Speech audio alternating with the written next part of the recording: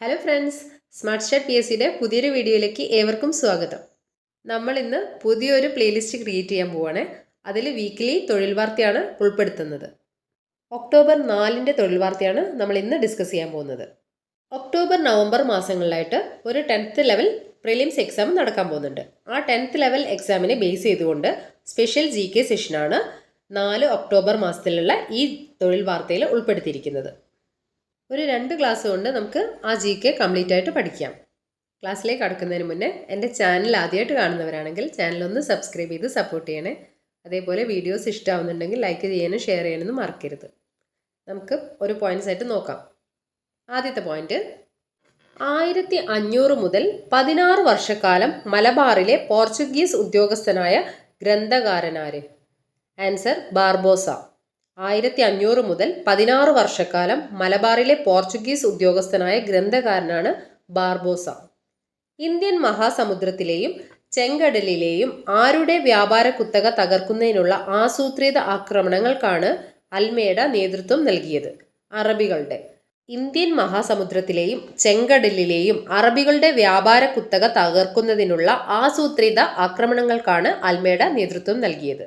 അടുത്ത പോയിന്റ്, തങ്ങൾക്ക് സ്വാധീനമുള്ള പ്രദേശങ്ങളിൽ സതി നിരോധിച്ച പോർച്ചുഗീസ് ഗവർണറാണ് അൽബുക്കർക്ക്.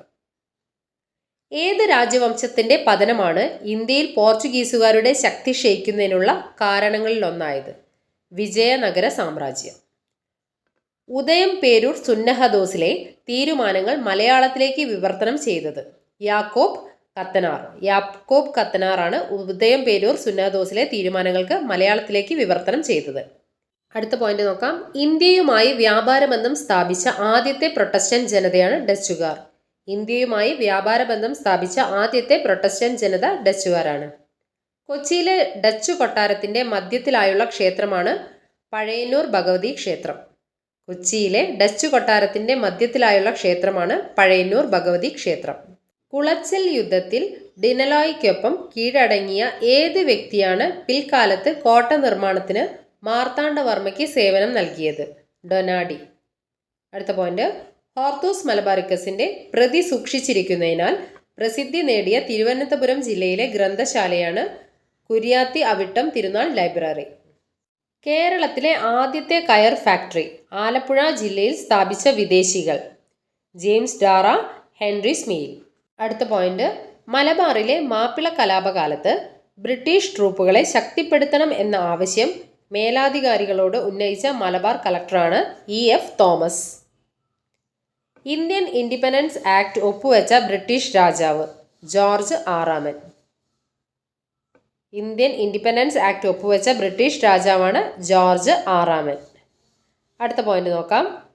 കൊൽക്കത്തയിൽ 1817 ഹിന്ദു കോളേജ് സ്ഥാപിച്ചത്? David Hare. കൊൽക്കത്തയിൽ 1817 ഹിന്ദു കോളേജ് സ്ഥാപിച്ചത് ഡേവിഡ് ഹരെ. അടുത്ത പോയിന്റ്, രഹ്നുമായി മസ്ദയാസൻ സഭയുമായി ബന്ധപ്പെട്ട പ്രസിദ്ധീകരണമാണ് റസ്ത് ഗോഫ്താർ. സത്യാർത്ഥ പ്രകാശത്തിന്റെ കർത്താവ്? ദയാനന്ദ സരസ്വതി. ടിപ്പു സുൽത്താന്റെ യഥാർത്ഥ പേര്? ഫത്തേഹ് അലി. ടിപ്പു സുൽത്താന്റെ യഥാർത്ഥ പേര് ഫത്തേഹ് അലി. മുസ്ലിം ലീഗിന്റെ ആദ്യ വാർഷിക സമ്മേളനം 1907 നടന്നത് എവിടെ വെച്ചായിരുന്നു? കറാച്ചി. മുസ്ലിം ലീഗിന്റെ ആദ്യ വാർഷിക സമ്മേളനം 1907 നടന്നത് കറാച്ചിയിൽ വെച്ചായിരുന്നു. സ്വദേശി പ്രസ്ഥാനത്തിന്റെ പ്രതീകമായിരുന്നത് ചർക്ക.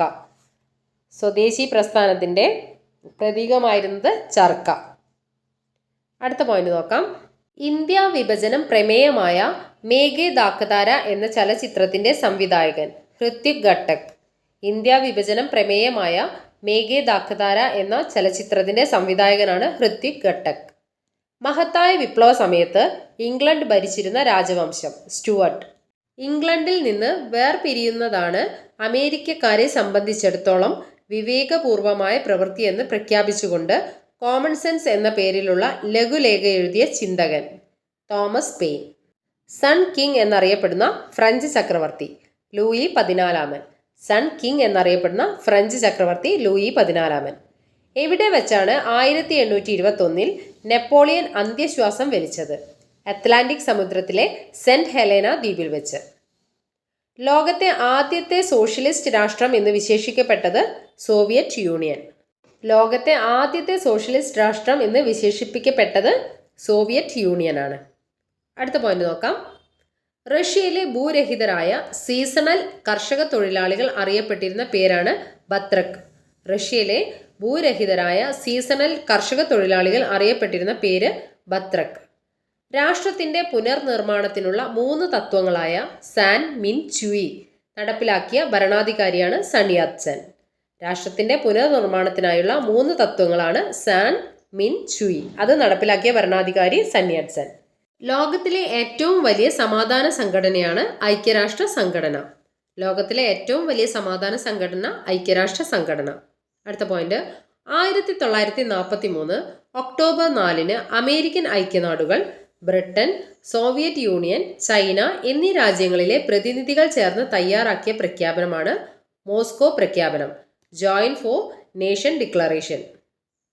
1943 ഒക്ടോബർ 4 അമേരിക്കൻ ഐക്യനാടുകൾ, ബ്രിട്ടൻ, സോവിയറ്റ് യൂണിയൻ, ചൈന എന്നീ രാജ്യങ്ങളിലെ പ്രതിനിധികൾ ചേർന്ന് തയ്യാറാക്കിയ പ്രഖ്യാപനമാണ് മോസ്കോ പ്രഖ്യാപനം. UN ലോഗോ രൂപകൽപ്പന ചെയ്തത് ഒളിവർ ലിങ്കൺ ലെൻക്വിസ്റ്റ്. UN ലോഗോ രൂപകൽപ്പന ചെയ്തത് ഒളിവർ ലിങ്കൺ ലെൻക്വിസ്റ്റ്. ഭൂമിക്ക് ഗോളാകൃതിയാണെന്ന ആശയം ആദ്യമായി മുന്നോട്ട് വെച്ച ഗ്രീക്ക് തത്വചിന്തകനാണ് തെയിൽസ്. ഭൂമിക്ക് ഗോളാകൃതിയാണെന്ന ആശയം ആദ്യമായി മുന്നോട്ട് വെച്ച ഗ്രീക്ക് തത്വചിന്തകനാണ് തെയിൽസ്.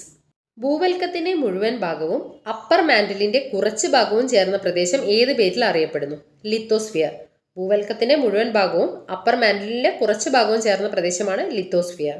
ഭൗമോപരിതലത്തിൽ നിന്ന് എത്ര കിലോമീറ്റർ പരിധിക്കുള്ളിലാണ് അന്തരീക്ഷവാതകങ്ങളുടെ ഭൂരിഭാഗം പിണ്ഡവും കേന്ദ്രീകരിച്ചിരിക്കുന്നത്? 30 കിലോമീറ്ററിനുള്ളിൽ. ഏറ്റവും കൂടുതൽ ആർദ്രത അനുഭവപ്പെടുന്നത് എവിടെയാണ്? ഭൂമധ്യരേഖാ പ്രദേശം. ഏറ്റവും കൂടുതൽ ആർദ്രത അനുഭവപ്പെടുന്നത് ഭൂമധ്യരേഖാ പ്രദേശത്താണ്. അന്തരീക്ഷത്തിൽ കാർബൺ ഡൈ ഓക്സൈഡിന്റെ മാറ്റങ്ങൾ രേഖപ്പെടുത്തുന്ന ഗ്രാഫാണ് കീലിംഗ് കർവ്. അന്തരീക്ഷത്തിൽ കാർബൺ ഡൈ ഓക്സൈഡിന്റെ മാറ്റങ്ങൾ രേഖപ്പെടുത്തുന്ന ഗ്രാഫ് കീലിംഗ് കർവ്. മീസോസ്ഫിയറിൽ പ്രവേശിക്കുന്ന ഉൽക്കകൾ കത്തിയെരിയാൻ കാരണം ഘർഷണം കാരണമാണ് മീസോസ്ഫിയറിൽ പ്രവേശിക്കുന്ന ഉൽക്കകൾ കത്തിയെരിഞ്ഞു പോകുന്നത്. അടുത്ത പോയിന്റ് നോക്കാം. ലെൻസിന്റെ ആകൃതിയിലുള്ള മേഘങ്ങൾ ലെൻഡിക്കുലർ മേഘങ്ങൾ. ലെൻസിന്റെ ആകൃതിയിലുള്ള മേഘങ്ങൾ ലെൻഡിക്കുലർ മേഘങ്ങൾ. മൺസൂൺ കാറ്റുകളുടെ ഗതി കണ്ടെത്തിയത് ആര്? ഹിപ്പാലസ്. മൺസൂൺ കാറ്റുകളുടെ ഗതി കണ്ടെത്തിയത് ഹിപ്പാലസ്. അടുത്ത പോയിന്റ് നോക്കാം. ഭൂമധ്യരേഖയിൽ കോറിയോലിസ് ബലം എപ്രകാരമാണ് അനുഭവപ്പെടുന്നത്? ഭൂമധ്യരേഖയിൽ കോറിയോലിസ് ബലം അനുഭവപ്പെടുന്നില്ല. സഹാറ മരുഭൂമിയിൽ നിന്ന് ഐബീരിയൻ ഉപദ്വീപിലേക്ക് വീശുന്ന വരണ്ട കാറ്റ് സൊളാനോ. സഹാറ മരുഭൂമിയിൽ നിന്ന് ഐബീരിയൻ ഉപദ്വീപിലേക്ക് വീശുന്ന വരണ്ട കാറ്റാണ് സൊളാനോ. അരുണാചൽ പ്രദേശിലെ ഏത് സ്ഥലമാണ് ഇന്ത്യയുടെ കിഴക്കേ അറ്റം? കിബീതു. അരുണാചൽ പ്രദേശിലെ ഏത് സ്ഥലമാണ് ഇന്ത്യയുടെ കിഴക്കേ അറ്റം? കിബീതു അല്ലെങ്കിൽ അഞ്ചാവ് ജില്ല. ഉത്തരായന രേഖ ഏറ്റവും കൂടുതൽ ദൂരത്തിൽ കടന്നു പോകുന്ന ഇന്ത്യൻ സംസ്ഥാനമാണ് ഉത്തർപ്രദേശ്. ഉത്തരായന രേഖ ഏറ്റവും കൂടുതൽ ദൂരത്തിൽ കടന്നു പോകുന്ന ഇന്ത്യൻ സംസ്ഥാനം ഉത്തർപ്രദേശ്. അമിനിഡിബി ദ്വീപുകളെയും കാനനൂർ ദ്വീപുകളെയും വേർതിരിക്കുന്ന ചാനലാണ് 11 ഡിഗ്രി ചാനൽ. 11 ഡിഗ്രി ചാനൽ ആരൊക്കെ വേർതിരിക്കുന്ന? അമിനിഡിബി ദ്വീപുകളെയും കാനനൂർ ദ്വീപുകളെയും വേർതിരിക്കുന്നു. ദക്ഷിണേന്ത്യയിലെ ചിറാപുഞ്ചി എന്നറിയപ്പെടുന്നത് അഗുംബെ. ദക്ഷിണേന്ത്യയിലെ ചിറാപുഞ്ചി എന്നറിയപ്പെടുന്നത് അഗുംബെ. ഇന്ത്യയിൽ ഏറ്റവും കൂടുതൽ കാണപ്പെടുന്ന മണ്ണിനമാണ് എക്കൽ മണ്ണ്. ഗംഗാ സമതലുമായി ചേർന്ന് കിടക്കുന്ന ഹിമാലയത്തിന്റെ ഭാഗം സിവാലിക്. ഗംഗാ സമതലുമായി ചേർന്ന് കിടക്കുന്ന ഹിമാലയത്തിന്റെ ഭാഗമാണ് സിവാലിക്. ബാക്കി ഭാഗം നോക്കാം. കരേവ നിക്ഷേപങ്ങൾക്ക് പ്രസിദ്ധമായ ഹിമാലയ ഭാഗം ഹിമാചൽ. കരേവ നിക്ഷേപങ്ങൾക്ക് പ്രസിദ്ധമായ ഹിമാലയൻ ഭാഗമാണ് ഹിമാചൽ. അരുണാചൽ പ്രദേശിലെ ഏത് പട്ടണത്തിന് സമീപം വെച്ചാണ് ബ്രഹ്മപുത്ര ഇന്ത്യയിലേക്ക് പ്രവേശിക്കുന്നത്? സാദിയ. അരുണാചൽ പ്രദേശിലെ സാദിയ പട്ടണത്തിന് സമീപം വെച്ചാണ് ബ്രഹ്മപുത്ര ഇന്ത്യയിലേക്ക് പ്രവേശിക്കുന്നത്. ഒരു നദി മറ്റൊരു നദിയുടെ ഒഴുക്കു പിടിച്ചെടുക്കുന്ന റിവർ പൈറസി എന്നറിയപ്പെടുന്ന പ്രതിഭാസത്താൽ സവിശേഷമായ ഇന്ത്യൻ നദി സംവിധാനം ബ്രഹ്മപുത്ര നദീ സംവിധാനം. ഒരു നദി മറ്റൊരു നദിയുടെ ഒഴുക്കു പിടിച്ചെടുക്കുന്ന പ്രതിഭാസമാണ് റിവർ പൈറസി. ആ പ്രതിഭാസത്താൽ സവിശേഷമായ ഇന്ത്യൻ നദീ സംവിധാനമാണ് ബ്രഹ്മപുത്ര നദീ സംവിധാനം. ഏഷ്യയിൽ ഏറ്റവും കൂടുതൽ ജനസാന്ദ്രതയുള്ള നദീ സമതലം ഗംഗാ സമതലം. ഏഷ്യയിൽ ഏറ്റവും കൂടുതൽ ജനസാന്ദ്രതയുള്ള നദീസമതലമാണ് ഗംഗാ സമതലം. തമിഴ്നാടുമായും കർണാടകവുമായി അതിർത്തി പങ്കിടുന്ന കേരളത്തിലെ ഏക ജില്ലയാണ് വയനാട്. 7.5 മീറ്റർ മുതൽ 75 മീറ്റർ അടി വരെ ഉയരമുള്ള കേരളത്തിലെ പ്രദേശങ്ങൾ ഏത് വിഭാഗത്തിൽ പെടുന്നു? ഇടനാട്. 7.5 മുതൽ 75 മീറ്റർ അടി വരെ ഉയരത്തിലുള്ള പ്രദേശങ്ങളാണ് ഇടനാട് എന്നറിയപ്പെടുന്നത്. പെരിയാറിൽ ചേരുന്ന ആദ്യത്തെ പോഷക നദി? മുല്ലയാർ. പെരിയാറിൽ ചേരുന്ന ആദ്യത്തെ പോഷക നദിയാണ് മുല്ലയാർ. ആറന്മുള പാർത്ഥസാരഥി ക്ഷേത്രം ഏത് നദിയുടെ തീരത്താണ്? പമ്പ. ഏത് നദിയുടെ തീരത്താണ് അരുവിപ്പുറം ക്ഷേത്രം? നെയ്യാർ. നെയ്യാർ നദീതീരത്താണ് അരുവിപ്പുറം ക്ഷേത്രം സ്ഥിതി ചെയ്യുന്നത്. ഏത് പുഴയിലാണ് തുഷാരഗിരി വെള്ളച്ചാട്ടം? ചാലിപ്പുഴ. തുഷാരഗിരി വെള്ളച്ചാട്ടം ചാലിപ്പുഴയിലാണ്. തെക്കു പടിഞ്ഞാറൻ മൺസൂൺ കാലത്ത് ഏതാനും ദിവസങ്ങളിൽ തുടർച്ചയായി മഴ ലഭിച്ച ശേഷം ഒന്നോ അതിൽ കൂടുതലോ ആഴ്ചകൾ മഴ ലഭിക്കാതിരിക്കുന്നത് എങ്ങനെ അറിയപ്പെടുന്നു? മൺസൂൺ ഇടവേള. തെക്കു പടിഞ്ഞാറൻ മൺസൂൺ കാലത്ത് ഏതാനും ദിവസങ്ങളിൽ തുടർച്ചയായി മഴ ലഭിക്കും. ശേഷം ഒന്നോ അതിൽ കൂടുതലോ ആഴ്ചകൾ മഴ ലഭിക്കാതിരിക്കും. ഈ പ്രതിഭാസമാണ് മൺസൂൺ ഇടവേള. കേരളത്തിലെ ഏറ്റവും വലിയ ഫോറസ്റ്റ് ഡിവിഷനാണ് റാന്നി. ആനമുടി സ്ഥിതി ചെയ്യുന്നത് ഏത് ദേശീയോദ്യാനത്തിലാണ്? ഇരവിക്കുളം. ഇരവിക്കുളം ദേശീയോദ്യാനത്തിലാണ് ആനമുടി സ്ഥിതി ചെയ്യുന്നത്.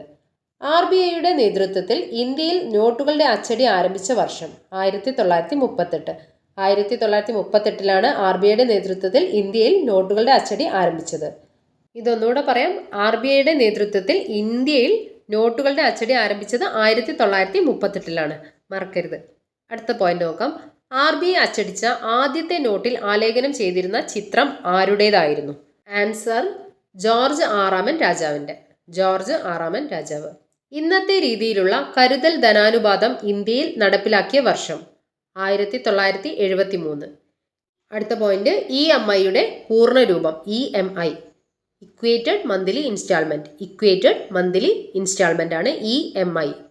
ഇന്ത്യയിലെ ആദ്യത്തെ ആധുനിക bank? Bank of Hindustan. 1770. Bank of Hindustan 1770 ഇന്ത്യയിലെ ആദ്യത്തെ ആധുനിക ബാങ്ക്. ഇന്ത്യക്കാരാൽ മാനേജ് ചെയ്യപ്പെട്ട ആദ്യ Indian bank? Oudh commercial bank. ഇന്ത്യക്കാരുടെ മൂലധനം കൊണ്ട് പ്രവർത്തനം ആരംഭിച്ച ആദ്യ ബാങ്കാണ് പഞ്ചാബ് നാഷണൽ ബാങ്ക്. അടുത്ത പോയിന്റ്. ഇന്ദിരാഗാന്ധി ബാങ്കുകൾ ആദ്യമായി ദേശസൽക്കരിച്ച വർഷം? 1969 ജൂലൈ 19. ഇന്ത്യയിൽ ബാങ്കുകൾ ആദ്യമായി ദേശസൽക്കരിച്ച വർഷം 1969 ജൂലൈ 19. ഇന്ത്യയിൽ ആദ്യമായി ISO സർട്ടിഫിക്കേഷൻ ലഭിച്ച ബാങ്കാണ് കാനറ ബാങ്ക്. ഇതിൻ്റെ ആസ്ഥാനം ബംഗളൂരു.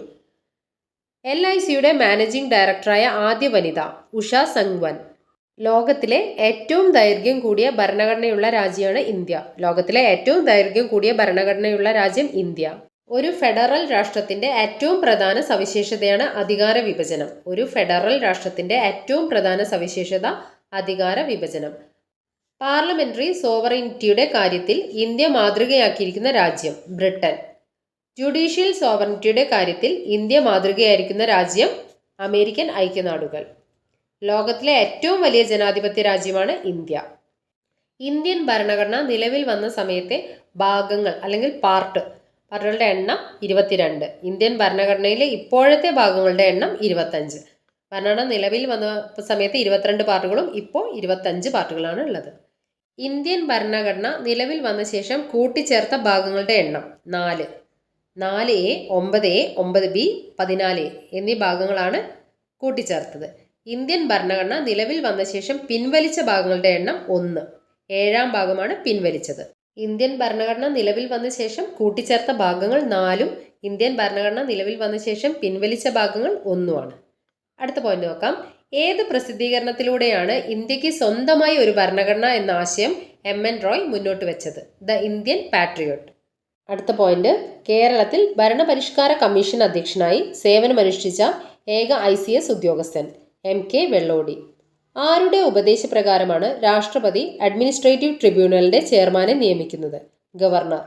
ആരുടെ ഉപദേശപ്രകാരമാണ് രാഷ്ട്രപതി അഡ്മിനിസ്ട്രേറ്റീവ് ട്രിബ്യൂണലിന്റെ ചെയർമാനെ നിയമിക്കുന്നത്? ഗവർണറുടെ. കേരള അഡ്മിനിസ്ട്രേറ്റീവ് ട്രിബ്യൂണൽ നിലവിൽ വന്നത്? 2010 August 26. 2010 August 26 Kerala administrative tribunal നിലവിൽ വന്നത്. കേരള അഡ്മിനിസ്ട്രേറ്റീവ് ട്രിബ്യൂണലിന്റെ പ്രവർത്തനം ആരംഭിച്ച തീയതി? 2011 ഡിസംബർ 22. കേരളത്തിലെ ആദ്യ വനിതാ ചീഫ് സെക്രട്ടറി? പത്മ രാമചന്ദ്രൻ. കേരളത്തിലെ ആദ്യ വനിതാ ചീഫ് സെക്രട്ടറിയാണ് പത്മ രാമചന്ദ്രൻ.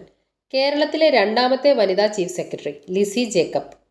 കേരളത്തിലെ രണ്ടാമത്തെ വനിതാ ചീഫ് സെക്രട്ടറി ലിസി ജേക്കബ്. കേരള സർക്കാരിൻ്റെ പ്രിസം പോർട്ടൽ ഏത് വിഭാഗക്കാരുടെ ഡേറ്റാബേസാണ്? പെൻഷൻകാരുടെ ഡാറ്റാബേസാണ് പ്രിസം പോർട്ടൽ. കേരളത്തിലെ ക്ഷീര കർഷകരുടെ സഹകരണ സ്ഥാപനമായ മിൽമ ആരംഭിച്ച വർഷം 1980. 1980 മിൽമ ആരംഭിച്ചത്. വിദ്യാഭ്യാസ വകുപ്പിൻ്റെ തലവൻ ഡയറക്ടർ ഓഫ് ജനറൽ എഡ്യൂക്കേഷൻ. വിദ്യാഭ്യാസ വകുപ്പിൻ്റെ തലവനാണ് director of general education. Kerala സംസ്ഥാനത്തെ അടിസ്ഥാന സൗകര്യ വികസന പദ്ധതികൾക്കായി രൂപവൽക്കരിച്ച board KIIFB, Kerala infrastructure investment fund board. അടുത്ത പോയിന്റ്, ജീവകങ്ങൾ അധികമായാൽ ശരീരത്തിന് സംഭവിക്കുന്ന അവസ്ഥ ഏത് പേരിൽ അറിയപ്പെടുന്നു? Hypervitaminosis. അടുത്ത പോയിന്റ്, കാസിമിർ ഫങ്ക് ജീവക കോംപ്ലക്സിനെ വേർതിരിച്ചെടുക്കും മുമ്പ് 1910 ആദ്യമായി ജീവക കോംപ്ലക്സിനെ വേർതിരിച്ചെടുത്ത ജാപ്പനീസ് ശാസ്ത്രജ്ഞൻ ഉമറ്റാറോ സുസുക്കി. കാസിമിർ ഫങ്ക് ജീവക കോംപ്ലക്സിനെ വേർതിരിച്ചെടുക്കും മുമ്പ് 1910 ആദ്യമായി ജീവക കോംപ്ലക്സിനെ വേർതിരിച്ചെടുത്ത ജാപ്പനീസ് ശാസ്ത്രജ്ഞനാണ് Umetaro Suzuki. Anti stress vitamin എന്നറിയപ്പെടുന്നത് vitamin B5. Anti stress vitamin എന്നറിയപ്പെടുന്നത് വൈറ്റമിൻ B5. അടുത്ത പോയിന്റ്, ഭൂഖണ്ഡങ്ങളിൽ നിന്നും ഭൂഖണ്ഡങ്ങളിലേക്കോ ഒരു രാജ്യത്ത് നിന്ന് മറ്റൊരു രാജ്യത്തേക്കോ പടർന്നു പിടിക്കുന്ന രോഗങ്ങൾക്ക് പറയുന്ന പേരാണ് പാൻഡമിക് രോഗങ്ങൾ. ഭൂഖണ്ഡങ്ങളിൽ നിന്ന് ഭൂഖണ്ഡങ്ങളിലേക്കോ ഒരു രാജ്യത്ത് നിന്ന് മറ്റൊരു രാജ്യത്തേക്കോ പടർന്നു പിടിക്കുന്ന രോഗങ്ങളാണ് പാൻഡമിക് രോഗങ്ങൾ. അസാധാരണമായ ഓർമ്മക്കുറവുണ്ടാകുന്ന രോഗമാണ് അൽഷിമേഴ്സ്. ജീവൻ രക്ഷാ മരുന്നുകളായ സ്റ്റിറോയിഡുകൾ തുടർച്ചയായി അമിത അളവിൽ കഴിക്കുന്നവരിൽ കണ്ടുവരുന്ന ജീവിതശൈലീ രോഗമാണ് പ്രമേഹം. ജീവൻ രക്ഷാ മരുന്നുകളായ സ്റ്റിറോയിഡുകൾ തുടർച്ചയായി അമിത അളവിൽ കഴിക്കുന്നവരിൽ കണ്ടുവരുന്ന ജീവിതശൈലീ രോഗമാണ് പ്രമേഹം. മനുഷ്യ ശരീരത്തിലെ എത്രാമത്തെ അവയവമാണ് മെസൻട്രി? 79. ഏത് രോഗം ബാധിച്ചാണ് കൂടുതൽ കുട്ടികൾ മരിക്കുന്നത്? ന്യൂമോണിയ. ഏറ്റവും സമീകൃതമായ ആഹാരമായി അറിയപ്പെടുന്നത് പാൽ. മനുഷ്യൻ്റെ സാധാരണ രക്തസമ്മർദ്ദം 120/80 മില്ലിമീറ്റർ മെർക്കുറി. പ്രകാശത്തെക്കുറിച്ചും അതിൻ്റെ ഗുണത്തെക്കുറിച്ചും പഠിക്കുന്ന ഭൗതികശാസ്ത്രശാഖ ഒപ്റ്റിക്സ്. ശബ്ദത്തെക്കുറിച്ച് പഠിക്കുന്ന ഭൗതികശാസ്ത്രശാഖ അക്വസ്റ്റിക്സ്. പ്രകാശത്തെക്കുറിച്ച് പഠിക്കുന്നത് ഒപ്റ്റിക്സും ശബ്ദത്തെക്കുറിച്ച് അക്വസ്റ്റിക്സും. 1 ലിറ്റർ ജലത്തിൽ എത്ര ഭാരമുണ്ടാകും? 1 കിലോ അല്ലെങ്കിൽ 100 ഗ്രാം. ഒരു കുതിരശക്തി എന്നാൽ 746 വാട്ട്സ്. ഒരു നോട്ടിക്കൽ മൈൽ എത്ര അടിയാണ്? 6080 അടി. ലോ ഓഫ് ഇനേർഷ്യ എന്നറിയപ്പെടുന്നത് ന്യൂട്ടൻ്റെ എത്രാം ചലന നിയമമാണ്? 1-ാം ചലന നിയമം. ഒരു വസ്തു അതിൻ്റെ സ്വന്തം അക്ഷത്തിൽ തിരിയുന്നത് ഭ്രമണചലനം എന്നറിയപ്പെടുന്നു. പെൻഡുലത്തിൻ്റെ ആട്ടം ഏതു തരം ചലനമാണ്? ക്രമാവർത്തന ചലനം. ക്രമാവർത്തന ചലനം എന്ന് പറഞ്ഞാൽ ഒരു നിശ്ചിത സമയത്തിനുള്ളിൽ ആവർത്തിച്ചു വരുന്ന ചലനമാണ് ക്രമാവർത്തന ചലനം. വാഹനങ്ങളിലെ വൈപ്പറിൻ്റെ ചലനം ദോലനമാണ്. ഒരു ദർപ്പണത്തിൻ്റെ പോളിൽ നിന്നും അതിൻ്റെ മുഖ്യ ഫോക്കസിലേക്കുള്ള ദൂരം ഏത് പേരിൽ അറിയപ്പെടുന്നു? ഫോക്കൽ ദൂരം. കാർബൺ ആറ്റത്തിലെ സംയോജകത 4. ആറ്റത്തിലെ ആദ്യം കണ്ടുപിടിക്കപ്പെട്ട കണമാണ് ഇലക്ട്രോൺ. പ്രോട്ടോണിൻ്റെ ചാർജ് പോസിറ്റീവ്. പ്രോട്ടോൺ കണ്ടുപിടിച്ചത് റൂദർഫോർഡ്. നെഗറ്റീവ് ചാർജുള്ള അയോണുകൾ അറിയപ്പെടുന്ന പേരാണ് ആനയോൺ. നെഗറ്റീവ് ചാർജുള്ള അയോണുകൾ അറിയപ്പെടുന്ന പേര് ആനയോൺ. പോസിറ്റീവ് ചാർജുള്ള അയോണുകൾ അറിയപ്പെടുന്ന പേര് കാറ്റയോൺ. ആറ്റത്തിൻ്റെ ബാഹ്യതമ ഷെല്ലിൽ 8 ഇലക്ട്രോണുകൾ വരുന്ന ക്രമീകരണം എപ്രകാരം അറിയപ്പെടുന്നു? അഷ്ടക ഇലക്ട്രോൺ വിന്യാസം. ആറ്റത്തിൻ്റെ ബാഹ്യതമ ഷെല്ലിൽ 8 ഇലക്ട്രോണുകൾ വരുന്ന ക്രമീകരണം അഷ്ടക ഇലക്ട്രോൺ വിന്യാസം എന്ന് അറിയപ്പെടുന്നു. ഒന്നുകൂടെ പറയാം, കാർബൺ ആറ്റത്തിൻ്റെ സംയോജകത 4. ആറ്റത്തിലെ ആദ്യം കണ്ടുപിടിക്കപ്പെട്ട കണം ഇലക്ട്രോൺ ആണ്. പ്രോട്ടോണിൻ്റെ ചാർജ് പോസിറ്റീവാണ്. അടുത്ത പോയിന്റ് നോക്കാം. ഗോൾഡ് ഫോയിൽ എക്സ്പെരിമെൻറ്റുമായി ബന്ധപ്പെട്ട ശാസ്ത്രജ്ഞൻ ഏണസ്റ്റ് റദർഫോർഡ്. 1911. ദ്രാവകങ്ങൾ ചൂടേറ്റ് ബാഷ്പമായി മാറുന്ന പ്രക്രിയയാണ് ബാഷ്പീകരണം. വാതകങ്ങൾ തണുക്കുമ്പോൾ ദ്രാവകമായി മാറുന്ന പ്രക്രിയ സാന്ദ്രീകരണം. ദ്രാവകങ്ങൾ ചൂടേറ്റ് ബാഷ്പമാവുന്നത് ബാഷ്പീകരണവും വാതകങ്ങൾ തണുക്കുമ്പോൾ ദ്രാവകമായി മാറുന്ന പ്രക്രിയ സാന്ദ്രീകരണം എന്നും അറിയപ്പെടുന്നു. അമ്പലപ്പുഴ സഹോദരന്മാർ ഏത് രംഗത്താണ് പ്രസിദ്ധി നേടിയത്? നാഗസ്വരം. അമ്പലപ്പുഴ സഹോദരന്മാർ നാഗസ്വരം എന്ന രംഗത്താണ് പ്രസിദ്ധി നേടിയത്. കേരള കലാലയം എന്ന ഡാൻസ് സ്കൂൾ ആരംഭിച്ചത്? കലാമണ്ഡലം കല്യാണിക്കുട്ടിയമ്മ. തച്ചോളിക്കളി എന്ന കലാരൂപം അരങ്ങേറുന്ന ക്ഷേത്രമാണ് ലോകനാർക്കാവ്. ചെങ്ങന്നൂരാദി എന്ന വീരകഥാപാത്രം കേരളത്തിലെ ഏത് ആഖ്യാന പാരമ്പര്യത്തിൽ പെട്ടതാണ്? ഇടനാടൻ പാട്ട്. ചെങ്ങന്നൂരാദി എന്ന വീരകഥാപാത്രം കേരളത്തിലെ ഏത് ആഖ്യാന പാരമ്പര്യത്തിൽ പെട്ടതാണ്? ഇടനാടൻ പാട്ട്. ആധുനിക ചാക്യാർ എന്നറിയപ്പെടുന്ന കാതികൻ? കൊല്ലം വി സാംബശിവൻ. ആധുനിക ചാക്യാർ എന്നറിയപ്പെടുന്ന കാതികനാണ് കൊല്ലം വി സാംബശിവൻ. ചാക്യാർ കൂത്ത് പരാമർശിക്കപ്പെടുന്ന തമിഴ് കാവ്യം? ചിലപ്പതികാരം. ചാക്യാർ കൂത്ത് പരാമർശിക്കപ്പെടുന്ന തമിഴ് കാവ്യം? ചിലപ്പതികാരം. രണ്ടു തരം ഗദ്ദികകൾ ഏതെല്ലാം? നാടുഗദ്ദിക, പൂജാഗദ്ദിക. രണ്ടു തരം ഗദ്ദികകൾ ഏതെല്ലാം? നാടുഗദ്ദിക, പൂജാഗദ്ദിക. ഗദ്ദികയിലെ ഭാഷ? മലയാളവും കന്നഡയും കലർന്ന ഗോത്രഭാഷ. മലയാളവും കന്നഡയും കലർന്ന ഗോത്രഭാഷയാണ് ഗദ്ദികയിലെ ഭാഷ. കൂടിയാട്ടത്തെക്കുറിച്ച് പരാമർശമുള്ള 14-ാം നൂറ്റാണ്ടിൽ രചിക്കപ്പെട്ട കൃതി? ഉണ്ണിനീലി സന്ദേശം. കൂടിയാട്ടത്തെ പറ്റി പരാമർശമുള്ള 14-ാം നൂറ്റാണ്ടിൽ രചിക്കപ്പെട്ട കൃതിയാണ് ഉണ്ണിനീലി സന്ദേശം. കൂടിയാട്ടത്തിലെ 1-ാം രംഗത്തിൽ നടൻ ആദ്യമായി പ്രവേശിക്കുന്ന ചടങ്ങ്? നിർവഹണം. കൂടിയാട്ടത്തിലെ 1-ാം രംഗത്തിൽ നടൻ ആദ്യമായി പ്രവേശിക്കുന്ന ചടങ്ങാണ് നിർവഹണം.